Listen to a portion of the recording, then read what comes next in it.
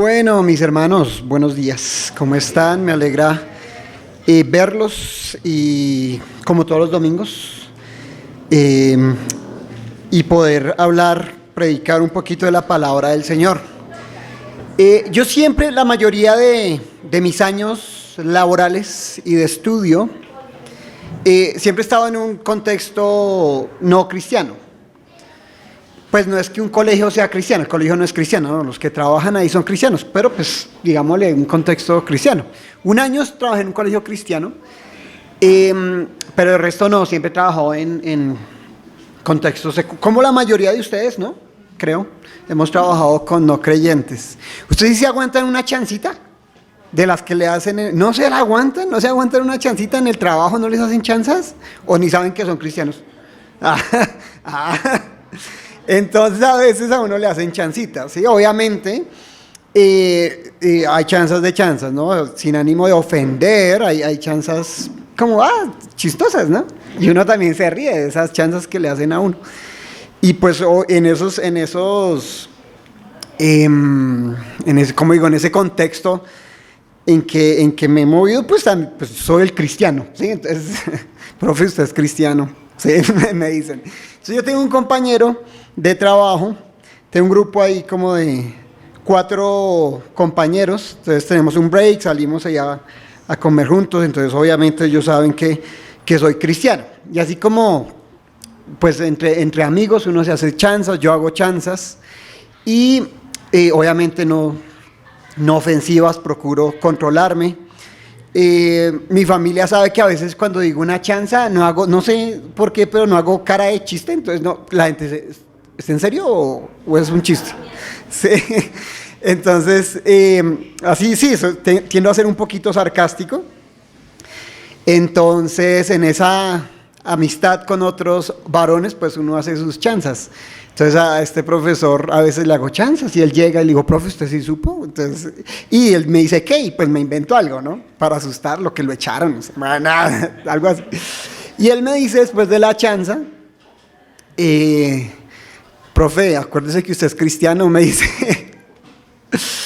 Y bueno, yo como en alguna vez les he compartido, yo no soy muy bueno para, digamos, salir a un parque y decirle, oye, ¿puedo hablarte de Cristo? No, pero por lo menos trato de aprovechar ciertos papayazos para decir algo, ¿no? Que me dan los compañeros o algo así.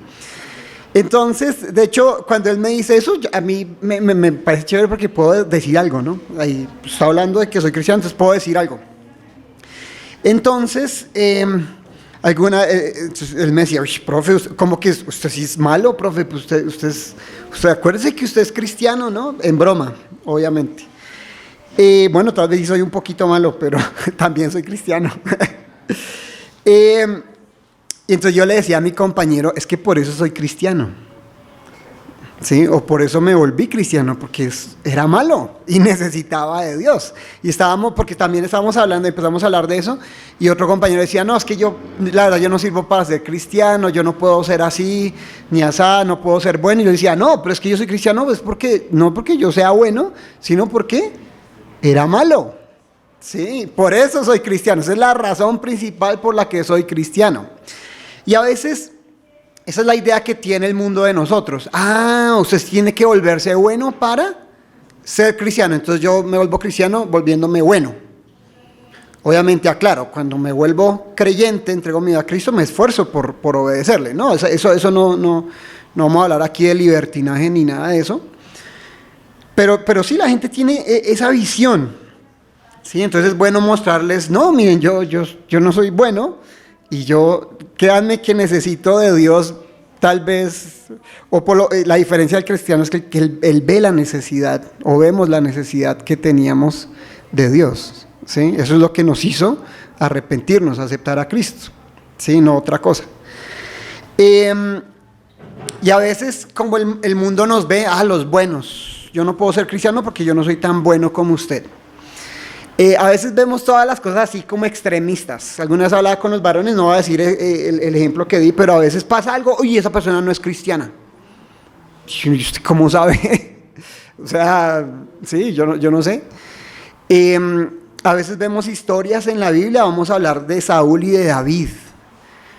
Sabemos que aquí el bueno de la historia es David, porque él era bueno, él era muy bueno, y Saúl era malo, malo. No necesariamente, ¿sí? Entonces vamos a ver un poquito de la vida de ellos dos. De pronto Saúl y David no eran tan diferentes. Digamos que ya con la introducción que dije, ahí ya saben a qué punto voy a llegar. No eran tan diferentes. No, pero es que Saúl pecó, hizo esto, hizo lo otro. David pecó también. Y si analizamos el pecado de David, fue fuerte el pecado de David. Pero ¿qué diferencia hubo en Saúl? O más bien, ¿qué diferencia hubo en David? Hablamos de David como uno de los reyes más importantes, o el rey más importante de la historia judía. Entonces, bueno, para comenzar, hace 8 días, don Mauricio, Dios utilizó a don Mauricio para que aprendiéramos un poquito del pueblo en el desierto, ¿no? Y vemos que esa generación que no creía, no desobedecía a Dios porque no le creían. ¿Sí? Aprendí el punto central. Esa generación no pasó a la tierra prometida, solo pasó Josué y Caleb. Y entonces ahí quedamos, ¿no?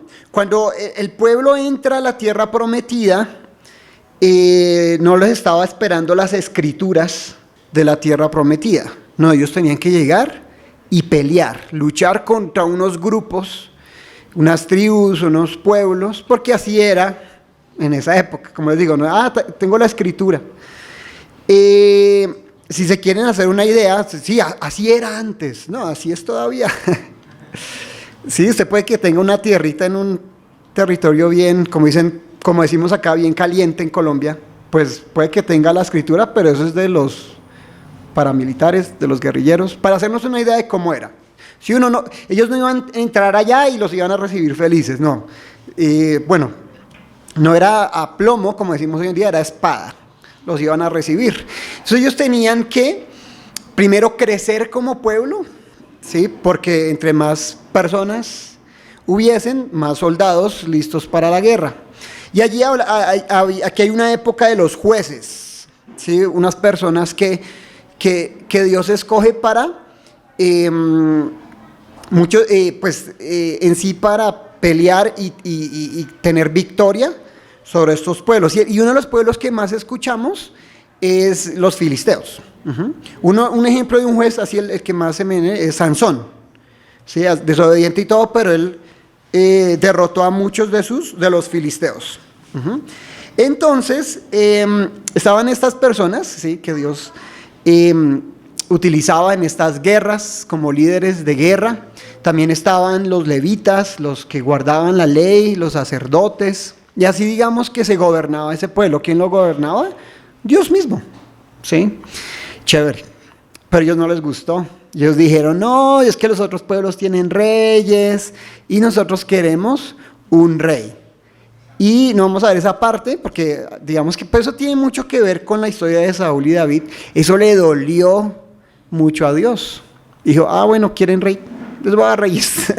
Y la historia, inclusive después de David, el primer rey fue Saúl, el segundo fue David, el tercero fue Salomón, y ahí como que chévere la cosa, y de ahí para allá fue terrible la historia de Israel.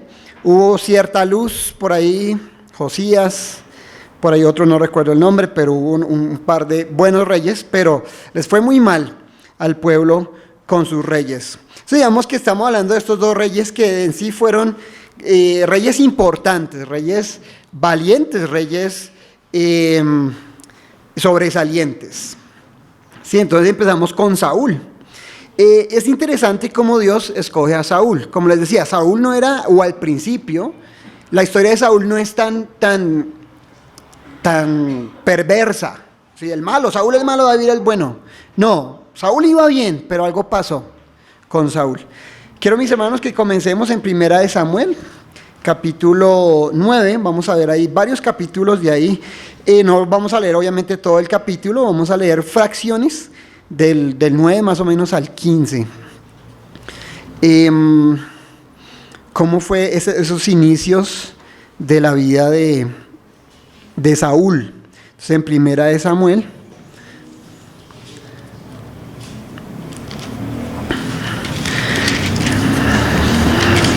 entonces digamos que aquí Dios está teniendo misericordia, entonces dice, bueno, me duele que hayan escogido un rey, pero bueno, les voy a dar un buen rey, ¿sí? Voy a escogerlo yo. Sí, primero, Saúl fue escogido por Dios. Versículo 1 y 2 del capítulo 9 de Primera de Samuel. Había un varón de Benjamín, de la tribu de Benjamín, hombre valeroso, el cual se llamaba Cis, ese es el papá de Saúl, hijo de Abiel, hijo de Seror, hijo de Becorat, hijo de Afiat, hijo de un benjamita. Y tenía un hijo que se llamaba Saúl, joven y hermoso. Entre los hijos de Israel no había otro más hermoso que él. De hombros arriba sobrepasaba cualquiera del pueblo. Es decir, el más alto del pueblo le llegaba acá a Saúl. Y vemos que después cuando Dios va a escoger a David, él dice, no, ahora voy a mirar o no. Les voy a demostrar que lo importante es mirar el corazón de la persona, ¿sí? Pero eso no quiere decir que no haya virtud ninguna en esta descripción de Saúl. ¿Por qué? Los gobernantes de ese tiempo no eran como los de ahorita, ¿sí? Digamos, Marcos es el presidente de Perú, yo soy el presidente de Argentina, yo soy el presidente de Colombia, no nos caemos bien, tenemos nuestros problemas, yo desde mi oficina mando la orden, él desde su oficina manda la orden y los muchachos van y suena horrible, se matan, ¿sí? No, aquí ellos iban al frente por lo menos eran mejores que los de ahorita, creo yo, más valientes tal vez. Entonces era importante escoger un rey con ciertas características físicas. Decía, él nos va a liderar en la guerra, y de eso se trataba hoy en día, ¿no? Ir a la guerra, hoy en día, bueno, en aquel tiempo, perdón, ir a la guerra con el pueblo. Entonces es como que aquí íbamos bien, escogió como un buen muchacho y pinta el man también. Ahora, versículo 16 nos siguen describiendo cosas de Saúl. Mañana a esta misma hora yo enviaré a ti un varón de la tierra de Benjamín. Aquí está hablando Dios a Samuel. Ese era el profeta principal de ese tiempo, ¿sí? Al cual ungirás. Entonces, tras del hecho, también Saúl fue ungido. Eso no fue que lo usurpó, no. Dios lo ungió como rey. Por príncipe sobre mi pueblo Israel, y salvará a mi pueblo de mano de los filisteos, porque yo he mirado a mi pueblo, por cuanto su clamor ha llegado hasta mí. Entonces fue una respuesta a la oración de Dios. En el capítulo 10, versículo 1, tomando entonces Samuel, el profeta, una redoma de aceite, la derramó sobre su cabeza y lo besó y le dijo, ¿no te ha ungido Jehová por príncipe sobre su pueblo Israel? Y aquí ratificamos eso, ¿no? Y en el versículo 10, saltamos al versículo 10. Y otra cosa súper importante de Saúl. Y cuando llegaron allá, ya estaba escogido por Dios, ungido por el Señor.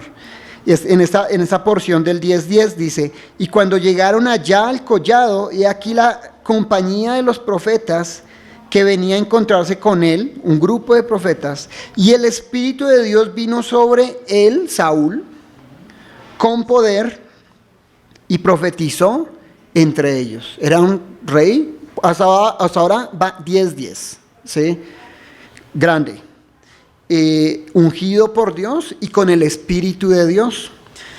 Sabemos que en esta época el Espíritu de Dios, el Espíritu Santo, su obra era un poquito diferente a la de hoy en día, como que habitaba en las personas, pero en algún momento él podía irse, ¿sí? Ya tenemos certeza de que una vez el Espíritu de Dios viene a nosotros, cuando aceptamos a Cristo, ya se vuelve un sello, nunca nos dejará, que no nos va a pasar lo de Saúl, gracias a nuestro Señor Jesús, ¿sí? Entonces empezamos bien, empieza la historia bien de Saúl, muy parecida a la de David. Si miramos, bueno, de lo que voy a decir, de lo que acabo de decir, a lo que voy a saltar ahorita, ahí ya la había embarrado Saúl. Y Dios ya había dicho, escojamos a otro, por misericordia a su pueblo, vamos a escoger a otro rey mejor que Saúl. Pero quédense con el Saúl ungido, el Saúl bien, ¿sí? Pasamos al capítulo 16, y es muy parecido, y de hecho me impresiona que la narración de Saúl es como más, tiene más partes, tiene más versículos de su unción, del Espíritu Santo sobre él, que la de David. Sin embargo, David es mucho más preeminente, inclusive en el Nuevo Testamento. Se habla y se sigue hablando y se hablará por siempre de David. También que era de la tribu de, Saúl era de la tribu de Benjamín, David era de la tribu de Judá. Ahí la promesa, también había una promesa detrás de la elección de David. Versículo 1 dice, dijo Jehová a Samuel, porque ya Jehová le había dicho, con Saúl no vamos a seguir. Samuel estaba muy triste. ¿Hasta cuándo llorarás a Saúl, habiéndolo yo desechado, para que no reine sobre Israel? Llena tu cuerno de aceite, otra vez estamos hablando de una nueva unción. Y ve, te enviaré a Isaí, ese es el papá de David, de Belén, porque de sus hijos me he provisto rey. Aquí vamos a saltar al versículo 6 y 7. Y aconteció que ellos vinieron, entonces fue allá donde sus hijos, y él vio a Eliab, el mayor, y dijo, Samuel, el profeta, vio a Eliab, me imagino que él era así también grande, y dijo, ese es el rey. Y aconteció cuando ellos vinieron, él vio a Eliab y le dijo, de cierto delante de Jehová estás ungido. Y Jehová le dice, espere, no se acelere. Y Jehová respondió a Samuel, no mires a su parecer, esta vez no vamos a mirar a su parecer, ni a lo grande de su estatura, porque yo lo desecho. Porque Jehová no mira el hombre, lo que mira el hombre, pues el hombre mira lo que está delante de sus ojos, pero Jehová mira el corazón. Y aquí ya nos metemos más hacia la gran diferencia que había de David y de Saúl. Algo había en el corazón suyo. Versículos 11 al 13. Entonces dijo Samuel a Isaí, ¿son estos todos tus hijos? Y él respondió, queda aún el menor, o sea, ni lo habían llamado. O sea, no lo tenían en cuenta para eso. Dijeron que no lo van a escoger. Que apacienta las ovejas. Y dijo Samuel a Isaí, envía por él, porque no nos sentaremos a la mesa hasta que él venga acá. Envió pues por él y le hizo entrar, y era rubio como yo. ¿Sí? ¿No me creen? ¿Cómo estoy, amor? ¿Rojito? Estoy rubio. David era rubio como yo. Ustedes dirán, como Marcos. No. Como yo, no, de hecho Marcos no está rojito. Recordemos que esta palabra a veces la malinterpretamos, ¿no? No era de pelo amarillo o dorado. No. Rubio significa de blanquito con cachetes rojos. Rojizo. ¿Sí? Esa es la etimología. Ahora se usa para rubio, no sé, pero en esta versión esa palabra rubio significa rojizo. Tenía cacheticos ruborizado.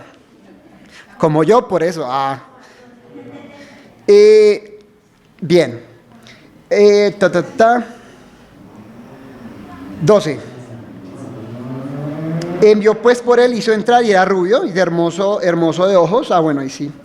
Y de buen parecer. Entonces Jehová dijo, levántate y úngelo, porque este es. Y Samuel tomó el cuerno de aceite y lo ungió en medio de sus hermanos. Y desde aquel día en adelante el Espíritu de Jehová vino sobre David. Se levantó luego Samuel y se volvió a Ramá. Interesante que dice que desde este día en adelante. ¿Sí? El Espíritu llegó sobre Saúl, y en la historia vamos a ver que lo deja. Pero en David, desde este día en adelante estuvo el Espíritu de Dios con él. Entonces hasta ahora varios reyes elegidos, ungidos, vamos bien. Ambos tuvieron victorias como reyes, igual, no es que otra vez Saúl no vino desde el principio así haciendo cosas terribles. Volvamos al capítulo 11, vamos así, David, Saúl. 11, versículo 6, vemos que aquí todavía Saúl es un hombre que tenía fe. Al oír Saúl estas palabras, versículo 6 del 11, el Espíritu de Dios vino sobre él con poder, de nuevo, y se encendió la ira en gran manera. Estaba hablando de digamos que el pueblo estaba sufriendo por las guerras, y guiado por Dios, Saúl dice que se aira. Después en el 11 de ese capítulo dice: aconteció que al día siguiente dispuso Saúl al pueblo en 3 compañías, y entraron en medio del campamento a la vigilia de la mañana, hirieron a los amonitas hasta que el día calentó. Y los que quedaron fueron dispersos de tal manera que no quedaron 2 de ellos juntos. 13 y 14. Y Saúl dijo: no morirá hoy ninguno, porque hoy Jehová ha dado salvación a Israel. Mas Samuel dijo al pueblo: venid, vamos a Gilgal, para que renovemos allí el reino. Y fue todo el pueblo a Gilgal, e invistieron allí a Saúl por rey delante de Jehová en Gilgal, y sacrificaron allí ofrendas de paz delante de Jehová. Y se alegraron mucho allí Saúl y todos los de Israel. Sí, él también era un rey valiente, ¿sí? Exitoso en sus campañas de guerra. Pero eso le duró a lo sumo 2 años. Eso fue solo el primer año del reinado, y hasta aquí termina la historia bonita de Saúl. Después él empieza a pecar y otra vez a pecar. David, sabemos que él pecó. Una de las cosas interesantes que nos muestran la vida de Saúl y de David es cómo está bien, pecamos, tomamos malas decisiones aún como creyentes. ¿Qué debemos hacer? Rápidamente arrepentirnos, ¿sí? Pero Saúl seguía. ¿Y qué pasa cuando seguimos? Nos seguimos alejando, y ya en un contexto no creyente, la conciencia se quema, ¿sí? Ya deja de funcionar. Cuando una persona empieza a tomar decisiones malas, y la siguiente es mala, y la siguiente es mala, y el Señor está diciendo: oye, recapacita. Caín, ¿por qué no haces lo bueno? No, él seguía haciendo lo malo. Se me olvidó ahora el nombre. Perdón. Les va a dar risa. No sé, tal vez los nervios. El que traicionó a Jesús fue Judas. Ya estaba pensando, ¿Judas? No, Judas. Si se hubiera arrepentido Judas, Dios lo hubiera perdonado. Así como Pedro traicionó a Jesús y Dios lo perdonó, Jesús lo perdonó, hubiera hecho lo mismo con todas estas personas, pero ellas seguían pecando y no se arrepentían. Ahora vemos que también, ¿no? David fue un rey valeroso, ¿sí? Aunque aquí nos dice, bueno, él no era, Dios vio el corazón, no vio el físico, pero eso no quiere decir que David era cualquier débil, ¿sí? Sí, cualquier pelagato para la guerra, no. Y aquí nos va a describir un poquito. Entonces, digamos, la primera entrada así en batalla de David es contra Goliat, ¿sí? O sea, no solo Saúl le tenía miedo a Goliat. Y si Saúl era grande, Goliat era el doble, ¿sí? Entonces, llega David y dice, ¿cómo así? Bueno, vamos a leerlo. Volvamos a Samuel 17.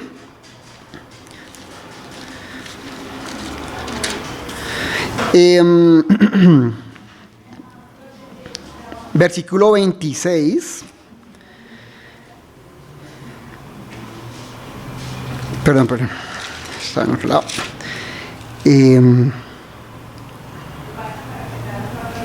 1 Samuel 17, 26. Entonces llega aquí, Goliat había retado al pueblo de Israel, estaba retando a su Dios. Bueno, esa parte no la tengo, pero había retado a Dios también, Goliat. Y llega David y dice, entonces habló David a los que estaban junto a él diciendo, ¿qué harán al hombre que venciere? Bueno, también tenía ahí como, ¿qué me van a dar? ¿Qué hará el hombre que venciera a este filisteo y quitar el oprobio de Israel? Porque, ahora sí, Porque ¿quién es este filisteo incircunciso para que provoque a los escuadrones del Dios viviente? En un principio también Saúl hablaba de parte de Jehová, ¿sí? ¿Quién va a derrotar al pueblo de Jehová? Y aquí también lo hace David. Se parecían al principio un poquito. Después saltamos al 34. David respondió a Saúl. Entonces, claro, ¿y quién está diciendo todas estas cosas? Porque todos tenían miedo. Nadie se atrevía a decir inclusive algo como esto. Saúl manda a llamar a David y le dice: venga usted, ¿por qué está como tan confiado? Y acá en el versículo 34 dice: David respondió a Saúl: tu siervo era pastor de ovejas de su padre. Hasta ahora lo que nos habían dicho antes. Pero aquí es algo interesante.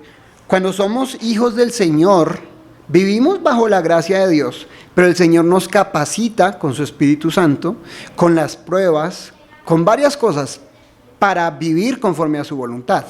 No es ay, lo voy a usar así como es. No, a veces sí pasan cosas que uno, ¿en serio Dios me usaste para esto? Y no sé, de pronto ese tiempo usted estaba súper apartado de Dios, lo usó para algo, puede pasar.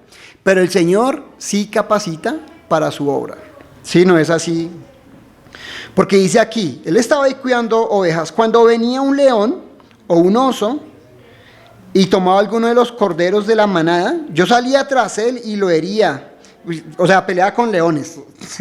Y lo libraba de su boca. Y se levantaba contra mí. No era un león ahí que salía corriendo. Y le echaba mano de la quijada y lo hería y lo mataba. Fuese león, fuese oso, tu siervo lo mataba. Y este filisteo incircunciso será como uno de ellos, porque ha provocado al ejército del Dios viviente. Seguramente esas pruebas que tenía David allí cuidando las ovejas, con fieras, ¿sí? lo iban formando para hacer lo que el Señor tenía dispuesto para él. Tened por sumo gozo cuando os halléis en diversas pruebas. El Señor nos está formando con esas fieras, con esas pruebas. Y aquí vemos un hombre que confiaba en Dios, ¿sí? Pero que también tenía cierta experiencia en la lucha. Ahí mismo, el versículo 45.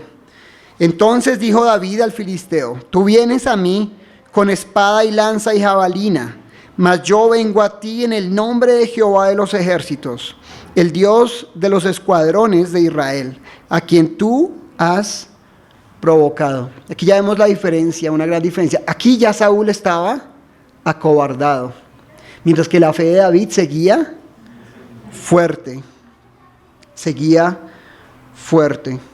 Y vemos también, ya en el libro de segunda de Samuel, ya es el reinado de David. Y vemos cómo él seguía siendo un rey valiente, ¿sí? Que llevaba a su pueblo a varias victorias en el nombre de Jehová. Siempre tenía en mente al Señor. No lo hacía por sí mismo, sino en él tenía fe en lo que el Señor le había dicho. Era obediente y confiaba en lo que el Señor le había dicho. Mientras que ya Samuel empezó como a cambiar su corazón. Y ya después de haber ganado ciertas victorias, empezó a pensar más en él que en Jehová. Y empezó a apartarse por el pecado. Y uno de los primeros pecados de Saúl fue que en la guerra con los filisteos los tenían rodeados. Y Samuel les había dado una instrucción: esperen a que yo venga, vamos a hacer unos sacrificios. Y pues ya después, y seguramente eso era para bendecirlos, ir a luchar y ganar la batalla. Y Saúl se empezó a desesperar, y él mismo tomó y él mismo hizo los sacrificios. Él no era un sacerdote, entonces él empezó a ver como las cosas como religión, ¿sí? Hablemoslo de como hoy en día. No, pues sí, eso yo lo puedo hacer. Sí, entonces cogió, hizo unos sacrificios y llegó Samuel, dijo: ¿qué hiciste, Saúl? Y eso le dolió a Dios y ahí empezó. Eso está en el capítulo 13 de Samuel. Versículos 6 al 9. Cuando los hombres de Israel vieron que estaban en estrecho, estaban rodeados por el pueblo que estaba en aprieto, se escondieron en cuevas, en fosos, en peñascos, en rocas y en cisternas. Y algunos de los hebreos pasaron el Jordán a la tierra de Gad, huyeron, y de Galaad. Pero Saúl permanecía aún en Gilgal, y todo el pueblo iba tras él temblando. Y él esperó 7 días conforme al plazo que Samuel había dicho, pero Samuel no venía a Gilgal, y el pueblo le desertaba. Entonces dijo Saúl: traedme holocausto y ofrendas de paz, y ofreció holocausto. Más adelante aquí en el 9, él mismo ofrece holocausto desobedeciendo las órdenes del Señor. Entonces no era tan fiel. Tal vez, ¿por qué? Porque tenía miedo de que lo desertaran, de que él quedara mal, de que él perdiera. Ya no era como David, ¿sí? No, es que esta guerra es de Jehová. Saúl: no, es que esta guerra es mía. Yo tengo que arreglármelas como yo pueda. Cuando estamos en momentos de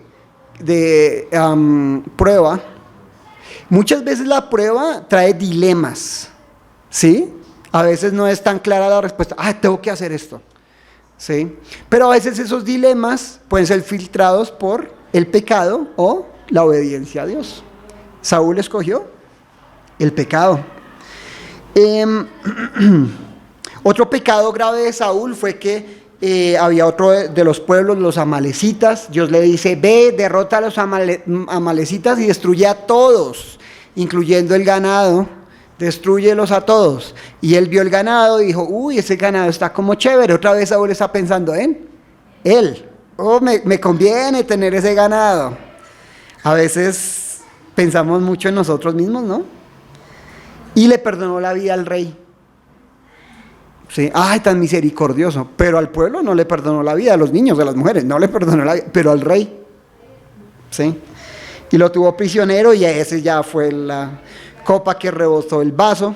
También cuando Samuel muere, Saúl otra vez entra en otro dilema por su desobediencia y dice: no está Samuel, voy a ir a una bruja para que me diga qué piensa Samuel.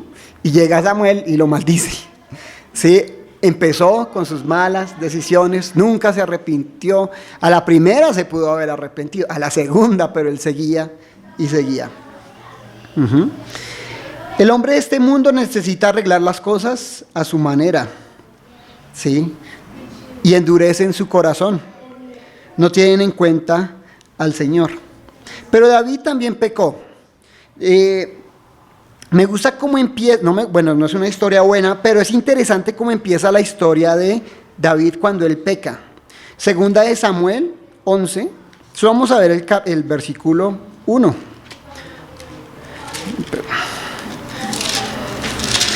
Entonces, Saúl pecó, David también lo hizo, pero aquí vamos a ver esa diferencia tan grande entre David y Saúl. Y les voy a contar la historia, pero esta parte sí me gusta leerla. Aconteció al año siguiente, en el tiempo que salen los reyes a la guerra. ¿Los reyes dónde estaban? En la guerra. David era un rey. Para ese entonces David era un rey. ¿Y dónde tenía que estar? En la guerra.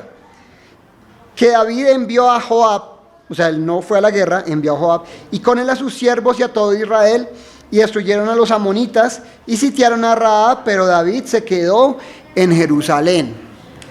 En ese entonces no había Netflix, no había internet, no había televisión, pero había una terraza. ¿Sí? Entonces él se fue a echar ojo, ¿sí?, a la terraza, a broncearse, y vio una mujer, Betsabé, bañándose en el río. La codició, una mujer casada, la tomó, se acostó con ella, ¿sí?, adulterio, ¿sí? Y bueno, pues digamos que aquí culturalmente hay muchas cosas que son diferentes, pero podríamos estar hablando de abuso sexual, ¿sí? O sea, era grave la cosa. Ella queda embarazada. Este ungido de Jehová dice: bueno, vamos a matar a su esposo porque no me queda de otra. ¿Sí? Muy parecido a Saúl, ¿no? Pensando en él. ¿Sí? Y traiciona, o sea, él era un siervo de él que estaba luchando en la guerra por él mientras él estaba asoleándose, y lo traiciona, manda una carta para que sus compañeros lo descubran y muera. Si lo manda al frente, lo descubren y él muere. Si el ungido de Jehová. Escuchaba una predicación de alguien así como escribía David la carta, ¿no? Que entonces escribía la carta y al final el ungido de Jehová, tac, mira la carta, dásela. Pero pues lo que les decía al principio, no es de extremos. David y Saúl es como el hombre, el ser humano, cabemos en un versículo, en un capítulo de la Biblia, dice Romanos 3. Todos hemos pecado, todos nos hemos desviado, no hay quien siga a Dios. Y hasta ahí vamos igual. Pero aquí, después de eso, surge algo que, o sea, también, así como David es famoso por ser un rey, el rey principal de los judíos, de la historia judía, y así como también él es famoso por lo que hizo a Betsabé y su esposo, él también es famoso por Salmo 51. Salmo 51. Aquí vemos los frutos de tal vez ese corazón que veía a Dios en David, que lo hizo diferente a Saúl. ¿Es que David era perfecto? No. ¿Es que somos perfectos? No lo somos. Ten piedad de mí, oh Dios, conforme a tu misericordia. Conforme a la multitud de tus piedades, borra mis rebeliones. Mientras que Saúl decía, pero es que Samuel llega tarde, pero es que David reconocía su pecado. Ese no es nuestro primer paso para aceptar a Cristo, el arrepentimiento, y como hijos de Dios, para confesar nuestros pecados también. Lávame más y más de mi maldad y límpiame de mi pecado, porque yo reconozco mis rebeliones y mi pecado está siempre delante de mí. Contra ti solo he pecado y he hecho lo malo delante de tus ojos, para que seas reconocido justo en tu palabra y tenido por puro en tu juicio. Cuando lleguemos al cielo no vamos a decir qué bueno fui, vamos a decir, Señor, tú eres reconocido justo en tu palabra y puro en tu juicio. En Cristo, ¿no? Sabemos que es así. He aquí, en maldad he sido formado y he pecado, y en pecado me concibió mi madre. He aquí, tú amas la verdad en lo íntimo, y en lo secreto me has hecho comprender sabiduría. Purifícame con hisopo y seré limpio. Lávame y seré más blanco que la nieve. Hazme oír gozo y alegría, y se recrearán los huesos que han abatido.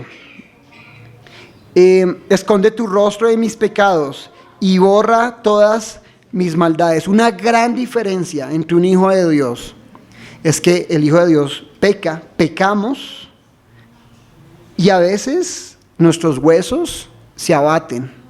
El Espíritu Santo nos constriñe, a veces nos hace entristecer, y eso es bueno para arrepentimiento, así como nos da gozo y nos guía.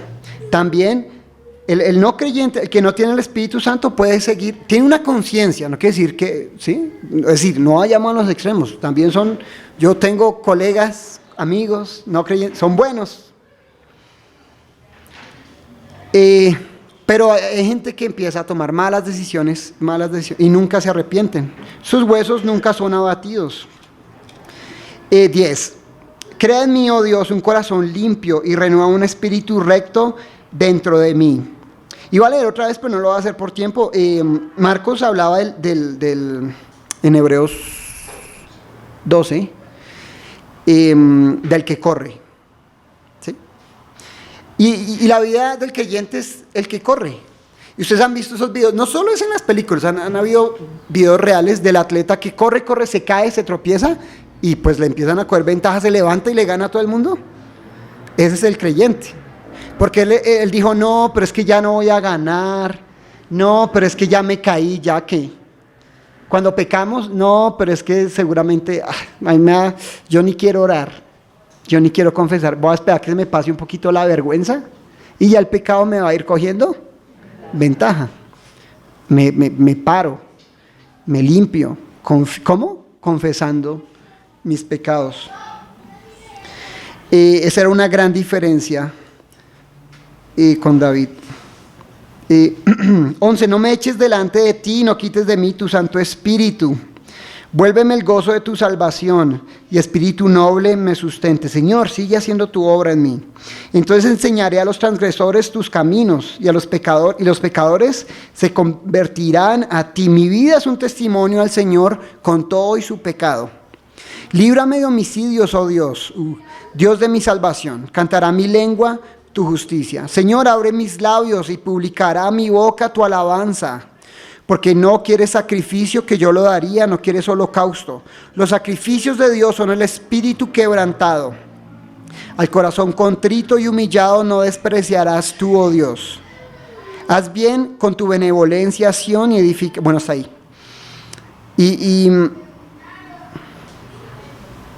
Como decía don Mauricio ahorita en la cena, David estaba mirando a Cristo al futuro y se estaba arrepintiendo y pidiendo de la gracia del Señor. No endurezcamos nuestros corazones, inclusive como creyentes podemos endurecer nuestros corazones y entrar en tiempos de rebeldía con el Señor. Hebreos 3, 7 al 15.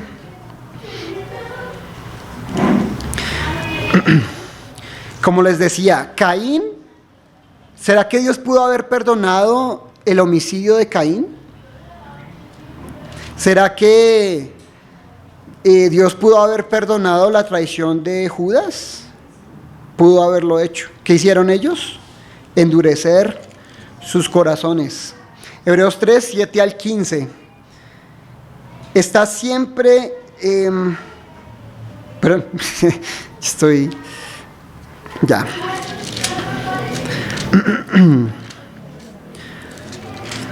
Ahora sí. Por lo cual, como dice el Espíritu Santo, si oyeres hoy su voz, no endurezcáis vuestros corazones. Saúl endureció su corazón, David no lo hizo. Como en la provocación en el día de la tentación en el desierto, lo que hablábamos hace 8 días, donde me tentaron, vuestros padres me probaron y vieron mis obras 40 años, porque ellos habían endurecido su corazón, a causa de lo cual me disgusté contra esa generación y dije, siempre han vagado en su corazón, andan vagando en su corazón y no han conocido mis caminos. Por tanto juré en mi ira, no entrarán en mi reposo. Mirad, hermanos, y eso es lo que debemos aprender en esta tarde, que no haya ninguno de vosotros corazón malo de incredulidad, pecamos porque no le creemos al Señor, para apartarse del Dios vivo. No nos apartemos. Antes exhortaos los unos a los otros cada día, entre tanto que se dice hoy, para que ninguno de vosotros se endurezca por el engaño del pecado. Porque somos hechos participantes en Cristo, con tal que retengamos firme hasta el fin nuestra confianza del principio. Entre tanto que se dice, si oyeres hoy su voz, y ratifica aquí como comenzamos, no endurezcáis vuestros corazones, como en la provocación.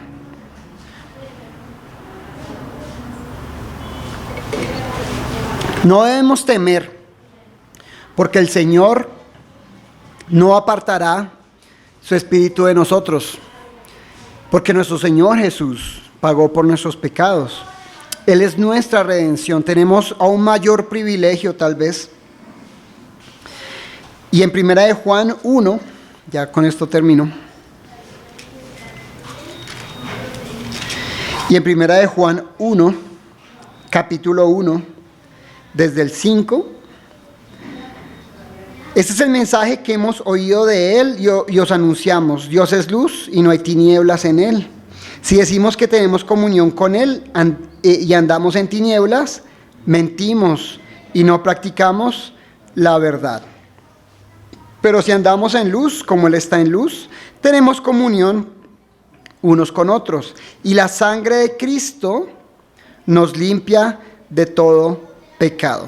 Debemos esforzarnos por andar en luz, pero eso no quiere decir que no pequemos. 8. Si decimos que no tenemos pecado, nos engañamos a nosotros mismos y la verdad no está en nosotros. Si confesamos nuestros pecados, Él es fiel y justo para perdonar nuestros pecados y limpiarnos de toda maldad. Si decimos que no hemos pecado, le hacemos a Él mentiroso y su palabra no está en nosotros. No es que no vayamos a pecar, es cuando evitemos el pecado, pero cuando pequemos, confesemos nuestros pecados a aquel que es fiel y justo, así como y si quieren lean el Salmo 51, a veces no es de leer y recitar, pero a veces, no sé si ustedes toman o cuando leen un Salmo sienten que lo quieren orar. Háganlo con el Salmo 51, cuando se sientan que realmente le fallaron al Señor. Y confesemos nuestros pecados.